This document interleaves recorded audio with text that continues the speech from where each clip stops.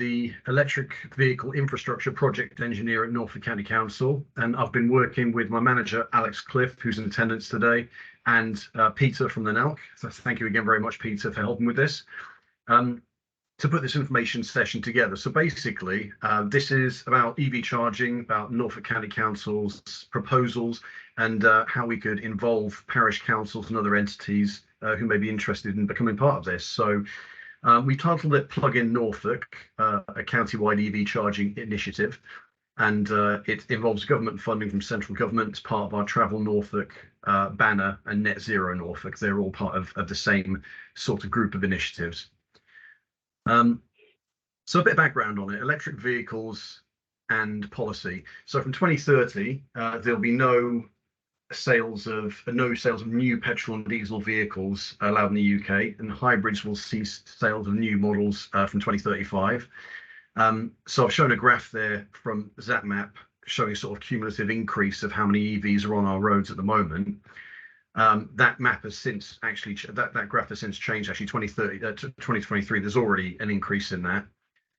So sales of EVs have increased rapidly, as I've said, up from 663,000 in 2022, up from 396,000 the year before. So already a huge jump, and we're really looking at another one. In December 2022, 32% of all new car sales were battery electric vehicles. And Norfolk County Council, we've authored and adopted an EV strategy in 2021, 6 priority areas, including facilitating the installation of public EV charging points, which is what this is about. And several of Norfolk's tier 2 authorities, councils, districts, boroughs, and the city, have declared a climate emergency, which feeds into their EV plans as well. So what I'm showing here is a bit of a demonstration, is part of the Norfolk coastline, predominantly North Norfolk and West Norfolk. So this is an excerpt from ZapMap, which is an online system that shows available public charging points. And this shows all the charging points in this area. So initially, it doesn't look like too bad a spread. All the blue charging points are what we call fast chargers, and the purple ones are rapid chargers. So you can see fast chargers, plenty of, not so many rapids. That is changing at the moment, but that will come out. But basically, you can see big areas, especially in the rural parts of the county, where there's long stretches of road with no real provision on them or anywhere near any of the parishes in those areas. But again, if you change to the next map, this map here shows the same area, but I've removed the EV charging points that have some kind of restriction on them. So if they say for customers or staff only, or if they have certain hours of operation according to a business or according to a place with an enclosure or a gate that they're at, those are removed. And you can see immediately these green dots are even more sparse than the original map that we had. So if I flick back, that's how it originally looked. And that's with restricted charge points removed as well. So in this area, even more sparse. So you can see the problem that we have for EV provision in this county. And this area of the county is a very tourist-oriented area with the coastline, and it's a lot of people coming to this area now come in EVs. I mean, a lot more than used to, certainly with the uptake that we have. So current strategies for EV infrastructure and for installation of charge points. There are a few of these. So on-street provision, this normally happens in urban areas, and you'd see something like this, EV chargers at curbside or in parking bays. Because it predominantly happens in urban areas, it's got limited coverage of the county, and you also have limited highway space because urban streets often are constrained with other pieces of infrastructure. Connections can be costly because it's on the street and you're taking a feed straight from the main network. And they're also part of what we call turnkey solutions. So there'll be providers who'll come in, they'll have contracts to adhere to. They might be long-term contracts, and you're then tied into those. We then have local authority car parks, tier 2 car parks like district and borough councils. So again, connections may be a bit of an issue because often there's no ready power supply to take a feed from. The locations might not suit all users either, because a lot of tier 2 car parks tend to be in larger conurbations, like the larger towns, or more touristed areas, and they tend to be quite seasonal. But again, away from those areas, it's hard to get to them and do an overnight charge if you don't live nearby. Forecourt provision is another option. So something like, you may well know of the GridServe development just off the A47 in Norwich. But again, locations like that tend to be fairly limited, and they can be costly to use, especially if you're using something like a rapid charger or a supercharger. Basically, they're a private enterprise, and we have no say over what they do, really. And then we're looking at this community installations. So they can be limited by funding and legalities, both of which our Plug-in Norfolk scheme aims to address. So what we've done so far with that is we've been using up to now local member funding and whatever funding we can lay our hands on to start doing some individual sort of charge points in certain parishes. We're looking to really upscale that. So we've got initially a dilemma about how we go about things. So it starts off with, well, firstly, why we do it. So 27% of all greenhouse gas emissions are from transport in the UK, including cars and taxis. They account for about 2/3 of that. So it's got a huge negative effect on air quality, environmental noise, general health and well-being. So as a society, we have to try and do what we can. We need to try and do what we can to alleviate these issues. That's one of our aims as a local authority. And a move to electric vehicles is one method of doing this. So while no method of transport is pollution free, battery electric vehicles are zero emission at the tailpipe. So it's a huge difference. So an example of this, a difference would be that if you're making a journey from London to Glasgow by EV, the difference is about 3.5 times less destructive than if you're making it by an ICE car. So that's one part of the dilemma. Another part of it is there's no point me getting an electric car until there are more public charge points I can use. So it's a bit of a vicious cycle, because you have people concerned about getting new electric cars because they don't have the infrastructure. You then have potential hosts, private businesses, private enterprises saying that there aren't enough electric vehicles out there yet to make it worthwhile for my business to provide and maintain charge points. So it's a bit chicken and egg. And that's part of what Plug-in Norfolk is aiming to address. We're looking to kickstart a local initiative to put the infrastructure there to get more electric vehicles on the streets and get more of the private sector as well interested in doing this. So what is Plug-in Norfolk? The basic details of Plug-in Norfolk are, it's an initiative to provide EV charging to a wide variety of premises across Norfolk. It's the result of a working group between the county council, district and borough councils and the city, and it'll be open to all levels of local authority across the county, as well as the businesses. There are certain models in place for businesses too. So the overall aim is that we aim to have a network of chargers that provide the same user experience no matter what charger you use or where. So it'll be a locally run charging network that's looked after and is valued. There'll be access to a dedicated customer support helpline for assistance with using charge points. So if you have an emergency or a problem, there'll be somebody locally that you can speak to deal with that.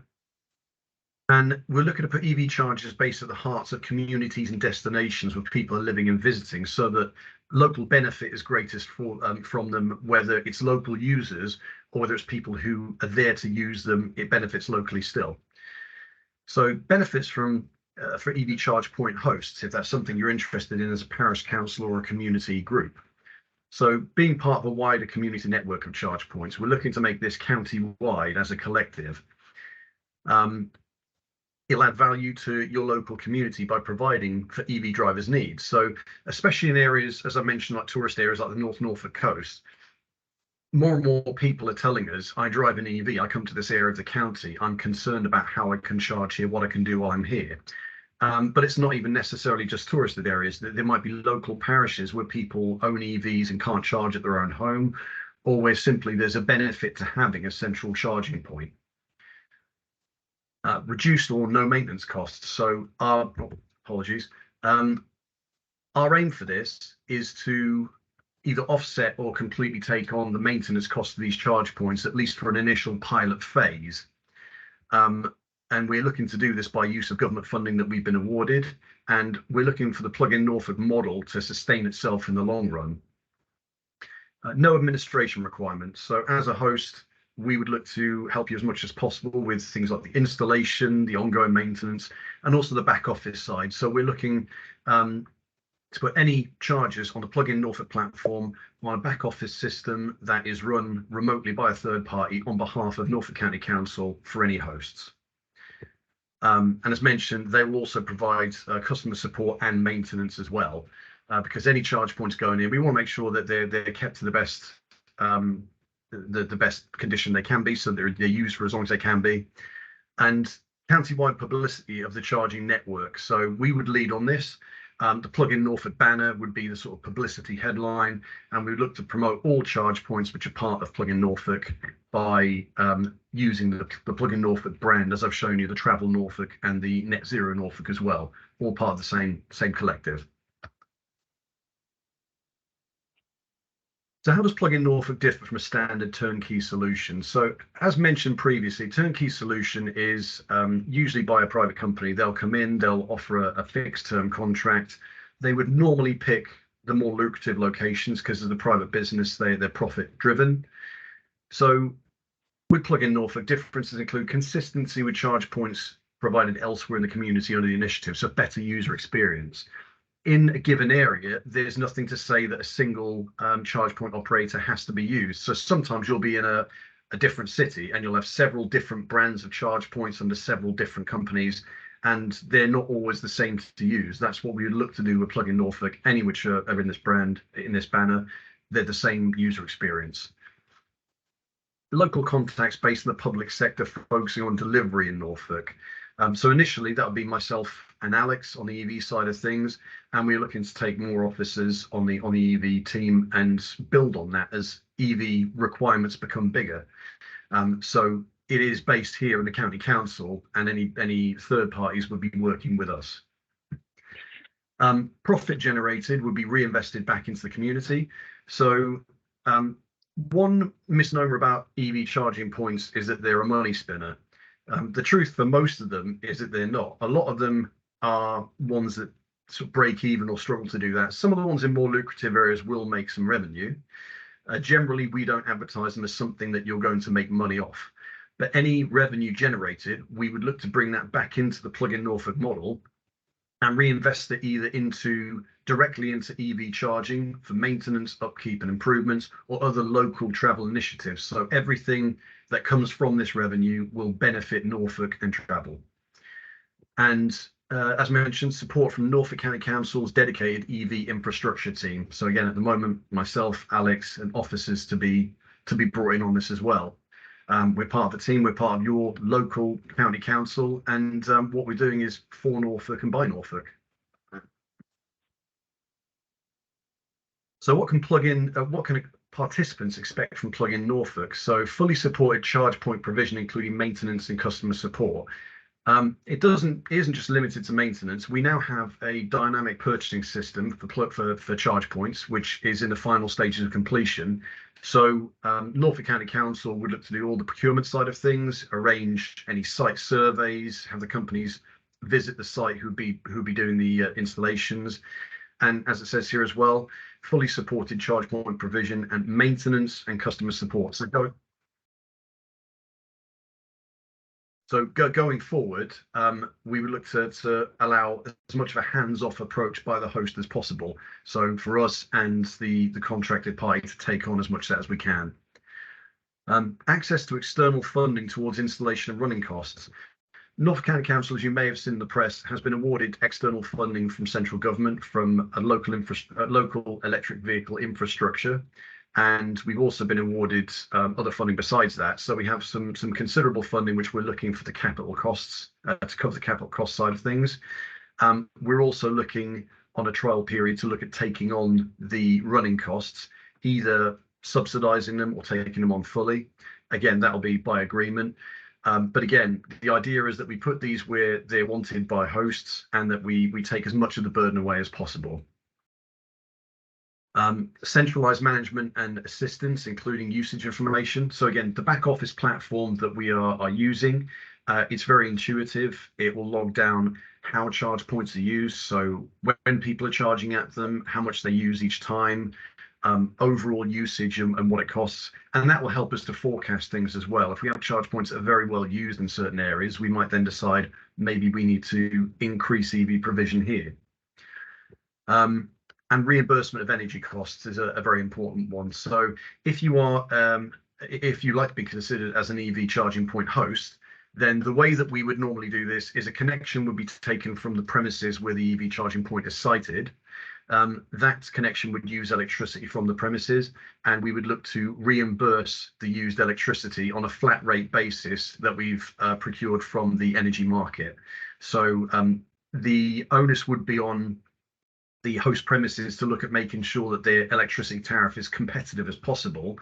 Because as mentioned, it would be a flat rate that we'd be looking at, but obviously we don't want anyone to end up out of pocket, which is why we go into this detail here. So any energy used, we wouldn't look for that to come out of your pocket. We'd reimburse that from what's made. So eligibility for the scheme, it's fairly wide, but in terms of public sector bodies or other public bodies, it's publicly accessible off-street car parks in the hearts of communities. So we look at things that are near to local amenities or attractions. So if you're in a tourist area, or if you have a shopping precinct, something which people would come to visit. Preferably near to residents with no off-street parking, no residential off-street parking. So if you have flats, terraced houses, cottages straight on the street front, places like that are often a very good draw, because that's what this fund was initially aimed at from the central government. So that's a very good way to bolster what we're doing. And we have a preference for looking at village halls, community centres and establishments, because these are places where people can go to and park, and they're well known in the community. Businesses can be considered too. As mentioned, there's a separate model for businesses should they wish to be an EV host. Other eligibility, a lack of existing charge point provision in the area. So this doesn't mean that there's absolutely no charge point provision. Obviously, if you're in a village and there's already several charge points there may not be necessarily a need to put a new one there. But if there's no charge points nearby, then certainly that's a good thing. If there's very few, or if it's far to get to one, then that's a consideration too. Space for providing at least 2 car parking spaces. The EV chargers that we typically look at are 2 socket setups. So you'll either have a single post with 2 sockets on it, or 2 wall mounted pod chargers. But either way, we would look to have minimum of 2 charging spaces. So if there was a fault with one socket, or if one of the sockets was being used, you'd still have another car that could charge there. Existing electricity supply at the premises with spare capacity for a 7 to 22 kilowatt charger.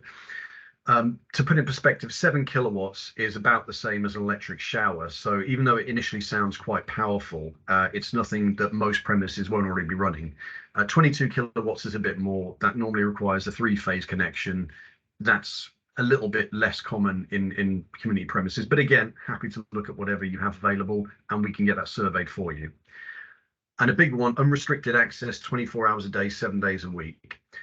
The government funding that we've been given, and most government funding aimed at EV charging, requires that EV charging is available all around the clock. So if there are residents who want to use it, and if they want to leave their car there overnight, or put their car over there for part of the night, they need to be able to get there without there being a barrier or any kind of restriction. So that's a pretty big one. We have looked at some premises where there is a restriction on that. We're trying to steer away from those. So next steps for the scheme. If you're interested in becoming a Plug-in Norfolk EVCP host, or want further information or a site survey, so please confirm your interest to Plug-in Norfolk and now contact Peter Strange, who's here on the call today. And Norfolk County Council can arrange for a site visit in the near future and discuss options in more detail. That'll be completely on a non-committal basis. So we can send somebody out to your site to do the survey, get us a quote in, have a look and see what they think. And at no point is there an obligation for you to push forward with this. That'll be subject to final agreement at a later point when everyone's happy. And once a proposal is made and agreed by the host, the works will then be programmed, and Norfolk County Council will arrange for installation and commissioning, and then Plug-in Norfolk will do the rest. So as I mentioned, we look for the process for any host, any interested host, to be as hands-off as possible for yourselves. We'll take on as much of the work as need be. And thank you very much for listening. Thank you for attending the presentation. And we'll now open up to any questions. I'm sure there'll be a few. So does anybody have any questions they'd like to start with, please? Hello. Yeah, John, do you want to come in? Yes, please. Yeah. Obviously, in Yarmouth, there's not very many charges for the amount of cars there's going to be. And the most important thing is what they're charging, because they're all private companies, or they seem to be, and they're all charging different prices. I'm lucky because I've got one attached to my house that I plug into. I've got a hydro, so I'm never going to run out. And also, one thing that you need to know that you might not know, that if your car runs out of battery out on a road, you are fined £100, and also you'll get points on your license. Are you aware of that? I wasn't aware of the fine and points on license. No, I mean, it's even more reason why we need to make sure we've got adequate EV provision for people who drive EVs, so that you're not in a position where your battery is going to run to that. So thank you for that. In terms of the pricing, one thing which we are looking to do with Plug-in Norfolk is standardise pricing. So as I mentioned, reimbursement for energy used would be on a flat rate basis. So we would need to make sure that any premises is as competitive as possible with their energy provider to make sure they're not out of pocket. Part of the reason for doing it on a flat rate basis is to make sure that we have the same revenue margin above that, so that we can charge flat rate across the county at all locations and still have enough that when it's used, we can then put the excess back into Plug-in Norfolk. So it's as standard as we can make it. John, do you have something else? Can I just continue? Basically, is there a map of any in Norfolk that you control at the moment, or is it, I don't know, is it just the usual ones that are actually around by different companies? At the moment, Plug-in Norfolk is in its infancy. So while I've said Norfolk County Council has been involved in some individual installations, what we're looking to do now is make that into a network. So that will be open to existing chargers. I mean, there may be some tier 2 car parks, some district authorities who want to bring theirs into Plug-in Norfolk. But aside from those, we're looking to build this network up from scratch. And that's why we're looking to parish councils to have yourselves as the hosts and start the network from there. Right. We've already Hopton. I believe Jenny's was on there a minute ago, but I think she disappeared. Basically, she is the chairman of Hopton. I'm just one of the parish councillors that are interested. Basically, we've already sent a thing into you, and basically we're still waiting for a reply. I don't know if you know about that.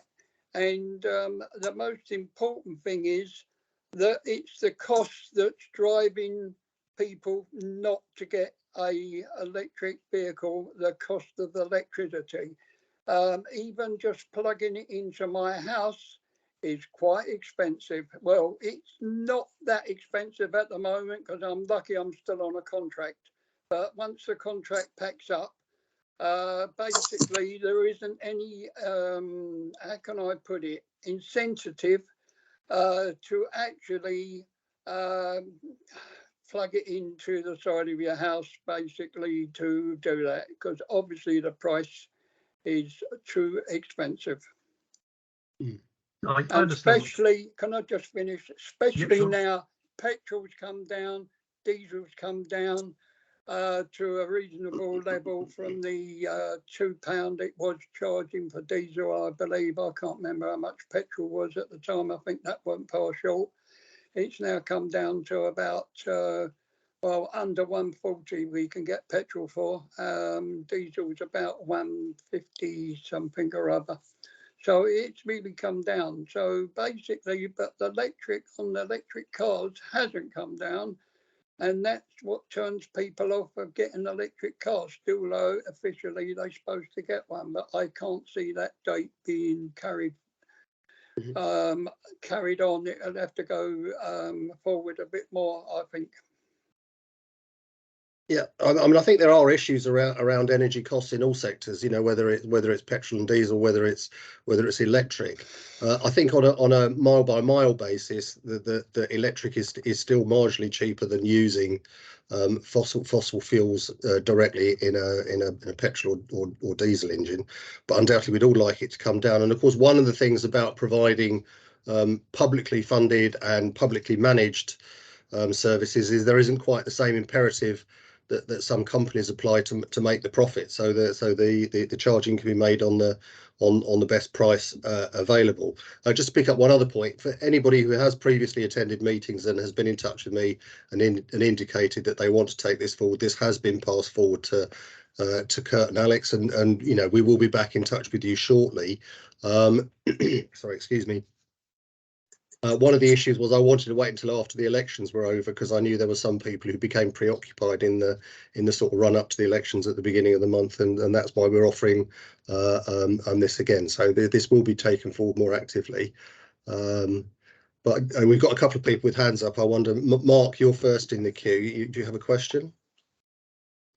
Yeah, could you just explain again? We have a car park that we own by a village green. We also have a street light close by. So we had looked into this about a year ago, because we believe we'd be able to have 2 dedicated space plus power.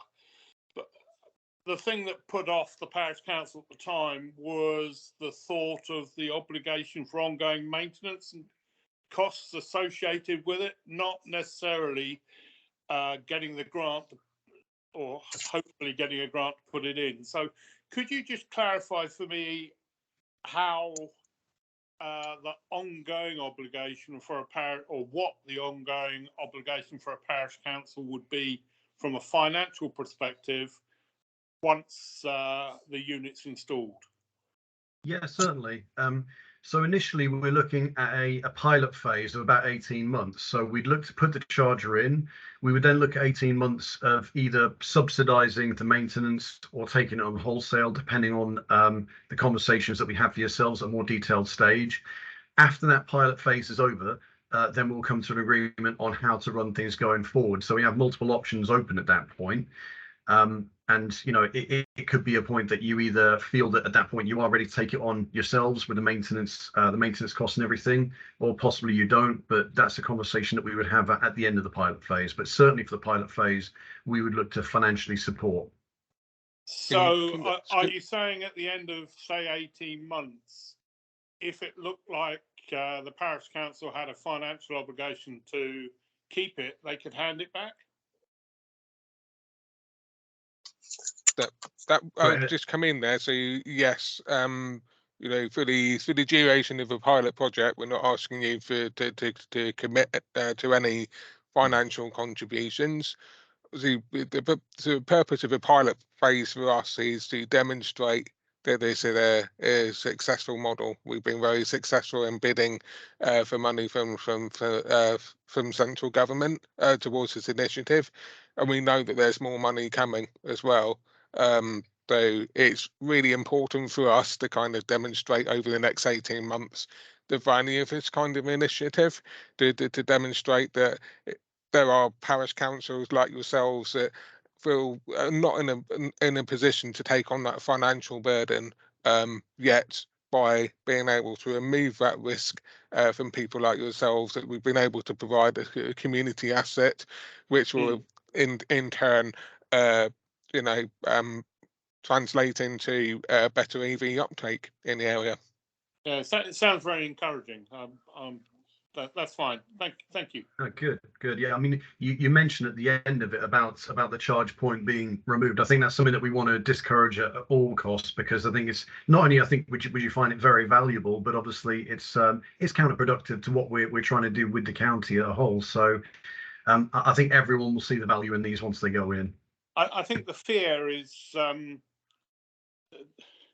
parish councils generally, and ours is no different. With limited funding, we're quite risk averse unless we can get grants that cover whatever it is we're trying to do in the community. So the fear, I'm sure, that will be raised is 18 months is actually fairly short term. So what happens after 18 months? And I think my colleagues would probably need some comfort that further grants were likely to be available or whatever. Yeah, we are in discussion with third parties about further funding, so we're quietly confident of that going forward too. But it's something which we need to finalise. But as Alex has said, certainly, you know, we're looking to support as much as possible for the pilot phase, and then beyond that, as much as we can too. So. Yeah. Alex? To be absolutely clear, Mark, we're looking to take the risk away from, you know, to try and, you know, prime this kind of initiative. In that in itself will be the evidence to support further funding models. But the worst case scenario, and I really hope it doesn't come to this, is in 18 months we're not successful with any future funding. But at that point we would discuss the options with you, but it would be a mutual agreement. It wouldn't be a case that you'll be lumped with a charge or an ongoing cost that you'll be expected to pay. I think the big message here is that, you know, the what NCC are trying to do is to take that risk away, take that worry away for an initial period, and try and develop a model, try and develop ways of working that works for both sides. Okay. Yeah. Okay, Alistair, you've got your hand up as well. Hi. My question about this.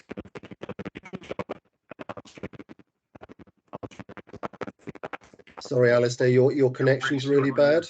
Is it? Apologies. My question. That's better. My question was about risk. Again, you've answered most of it. Are there any other risks that you think? Yeah. So, Alistair, sorry, can I stop you? Your microphone's breaking up. Perhaps if you could type your question in the chat. Yeah, I'll do that. And then we can try and answer it. How's that go? While Alistair's doing that, has anybody else got any points they'd like to raise or questions they'd like to ask? Jan. With the charging points, do they just have to be on parish council land, or can they be on highways land? We are looking to do as many of them off highway as possible, partly because of the limited space that we have on highway. So we're looking predominantly for parish council land, or community centres, places like that. And as mentioned as well, we are entertaining businesses too, so places possibly like local pubs or any enterprise that has a large car park that's unrestricted and would allow free use of the charges there. We do have some charges going in on highways. We do have an existing scheme in Norwich that you might be aware of, which we're getting off the ground at the moment. But again, that's an urban environment that lends itself more to that method of scheme. Yeah, it's just that we've got one lay-by which isn't used that much, where it might be a suitable place. Yeah, I mean, if you can send me details across, I can certainly look at it. Yeah, that's great. Okay, thank you. I think the first part of this process really is if having come to this meeting today, you want to take this forward, then let me know, let Kurt know, and then we'll arrange sort of some on-site meetings to sort of begin to look at the practicalities of individual locations. Yeah. I just wanted to highlight, you know, a key part of this initiative is to try and utilise existing connections wherever possible. Yes, So we're off the highway, so it's unlikely there are going to be a connection that can be tapped into without a significant amount of work at a lay-by. As Kurt said, we're happy to look into it. There are going to be some exceptional cases or circumstances where we're going to have to do exactly that. But one of the main drives of the initiative that we've, you know, secured this funding for is to utilise the community asset as much as possible, really generate that community hub feel in the community. You have to obviously consider lay-bys. You know, obviously I don't know the details of lay-by, but the security aspect, you know, would you know, EV drivers be happy to leave their car in a lay-by as opposed to somewhere a little bit more secure in a village community car park, for example? Right. Yeah, the other issue with community car parks at village halls and things is that often drivers might be there for a purpose too. So they may be there for an extended period of time, like a meeting or an event, whereas it depends on where the lay-by is in relation to the village. Okay, thank you. Okay, yeah, Thank you. Alistair's posted his question now in the chat. Let me just see if I can get it up. Right, so my question was regarding risk. You've dealt with the financial risk, but were there any other risks a parish council might be exposed to getting involved with this scheme? So what other risks might there be that a parish council would assume? Kurt, can you think of any? I'm struggling to think of any, honestly. I think financial is the one we tend to focus on first. I mean, I have had a question previously about parish councils about if it's in a parish car park, the uptake in use of the car park, and yeah, you might have more vehicles coming in to charge their car because it's now got an EV charger.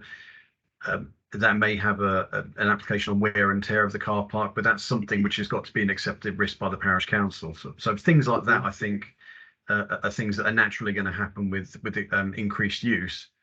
Alex, is there anything else that you can think of? I think the other one that's come up a few times is insurance. So you know, premise insurance. So it's worth checking your insurance. You know, with the previous discussion we've had, we found it to be sort of insignificant in terms of the development. There are obviously a few concerns around EV fires, for example, which Kate and I are very aware of. We obviously work with the Norfolk Fire and Rescue Service to better understand those risks and make sure that the installations that we put forward and recommend abide by all the fire regulations and mitigate the risk as much as possible.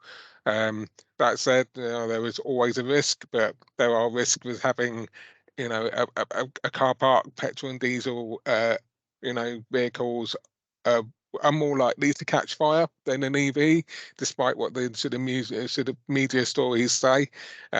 So yeah, this we do take that into account in terms of all the surveys. Okay, we've got a couple more questions in the chat. So Claire's asked, do we need a license? Will parish or town councils need a license to sell the electricity?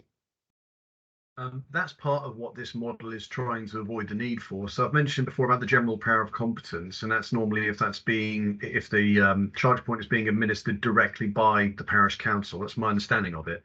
In this case, the connection would be taken off the building, so electricity would be used, but the parish council wouldn't be the ones directly selling the electricity to the end user. That would be as part of the scheme administered by us and the operator. I think I'm correct in the way I've stated that, aren't I, Alex? Yep, good. So the selling part of the enterprise would be dealt with by us and the operator. It's simply the usage of the electricity from the premises, which is part of that, and that would be reimbursed at the flat rate that I've mentioned. Okay. And Mark has come back to the point about the insurance. So are the units themselves, so the pods on the walls or the connections on the posts or whatever, are they insured as part of this scheme, or would the council be expected to include them as part of the community assets? They would need to be included by the parish council, because the funding that we have is for the hardware itself, the installation, the connections. It's the component side of things. That's part of the reason why we can't consider the future maintenance of a car park through wear and tear, because it's something which is it's connected to the charge points, but it's not directly something which is funded for them. So insurance will need to be an item which is looked at by the parish council. There are other parish councils and village hall associations who've had these installations. So again, there may be some precedent on insurance for those ones. I mean, just worth mentioning, these are going to be brand new charge points, which Yes. will be covered by a warranty for a minimum of 3 years. So at least for the duration of the life of a project, you know, if anything were to go wrong with them that wasn't due to vandalism or accidental damage, then that would be covered anyway. As part of the installation, we also consider protection. So if they are going to be freestanding pillars at the edge of a car park, for example, there'll be protection in the form of barriers to protect them as well. So that will all be considered to mitigate that risk as much as possible. Part Okay. of what we stipulated as well on our purchasing system for these is that they need to come with a 3-year warranty to begin with. So initially for the first 3 years, there's that additional protection too. Okay, good. I think that covers that. Right. Mark has also mentioned that in the case that they're thinking of, that they own a street light. So they would supply the electricity. Is this likely to be a problem? Again, I don't see it as being any different from taking the feed directly off the building, because the electricity, the energy is being used for the parish council. They're the bill payer, but the selling part of it is being done by, or would be done by Norfolk County Council and the charge point operator, and we're simply reimbursing for the electricity used at the flat rate. So again, it's not a case of we're buying it to then use it. It's being used. We're the ones who are doing the selling part. The electricity is being reimbursed per kilowatt at the flat rate there. So again, I can't see any issues. Okay. Any more questions? Alistair, you've still got your hand up. I wonder if that's just a holdover from last time, or whether you actually want to ask another question.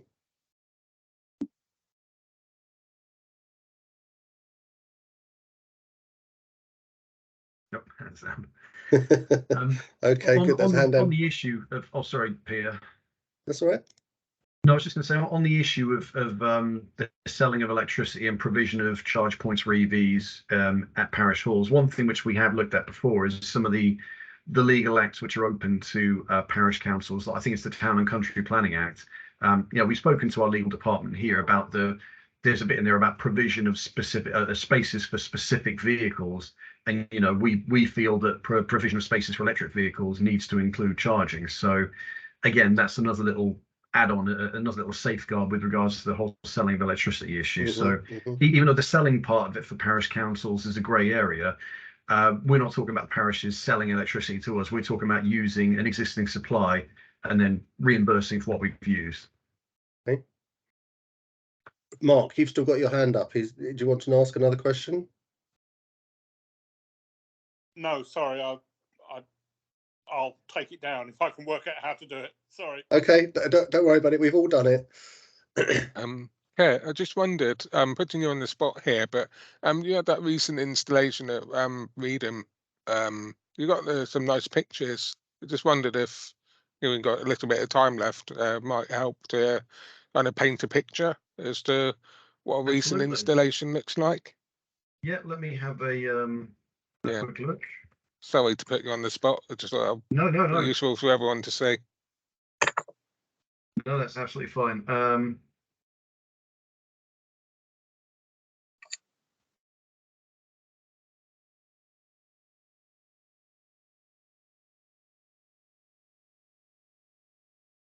Yep, so I'll just share a couple of photos with you.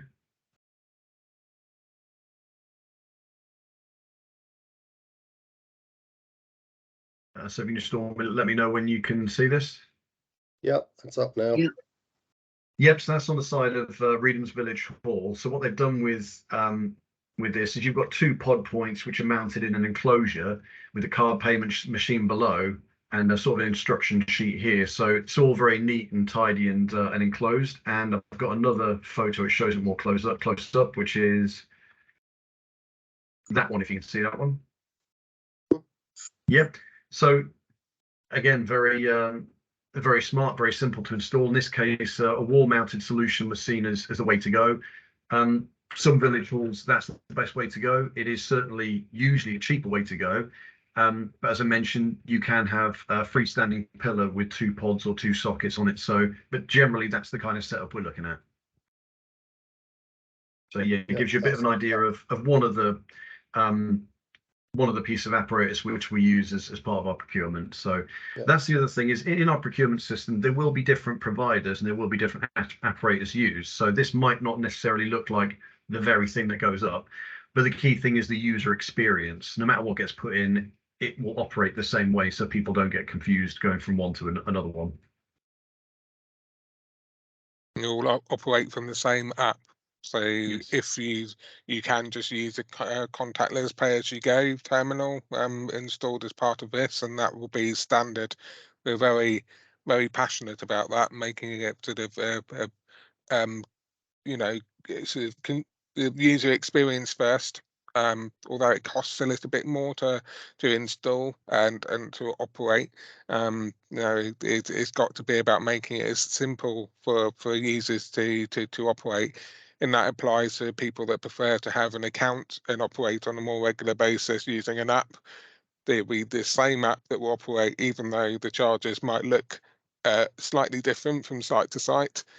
They will operate in the same app in the same way, and we'll have the same customer support number with an expert at the end of the phone, which definitely won't be me, but it'll be one of the contractors that we've employed as part of this initiative. Good, excellent. Right, and any more questions before we wrap up? John, you've got your hand up. Yeah, I did like the charging point you just put up. It makes it easier to use. Some of them around I've found are very complicated.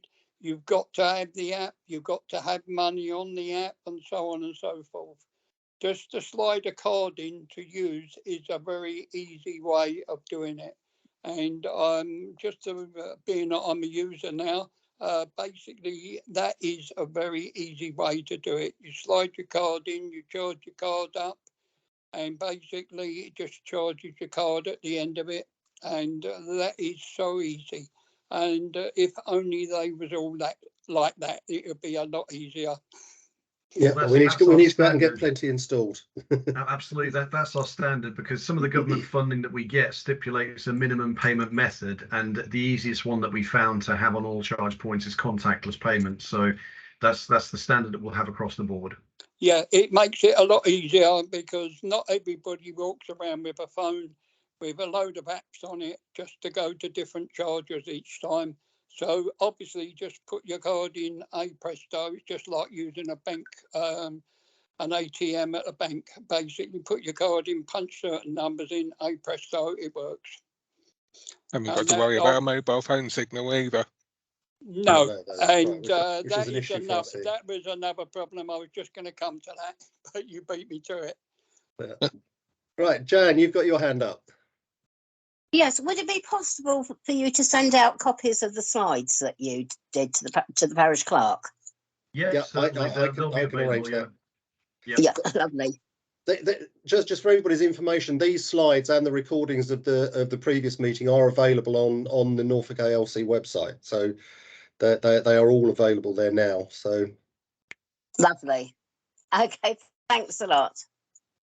Right, no, Claire. In fact, Peter, there's a couple more users who've cropped up through my email who were either trying to join or just realised at the last moment they could. So there may be some more for you to send this round to as well. Thank you.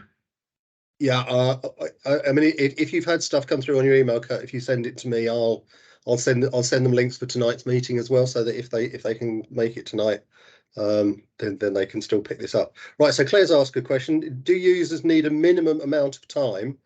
Sorry, that's just for charging. We are planning to implement paid parking over a 3-hour stay.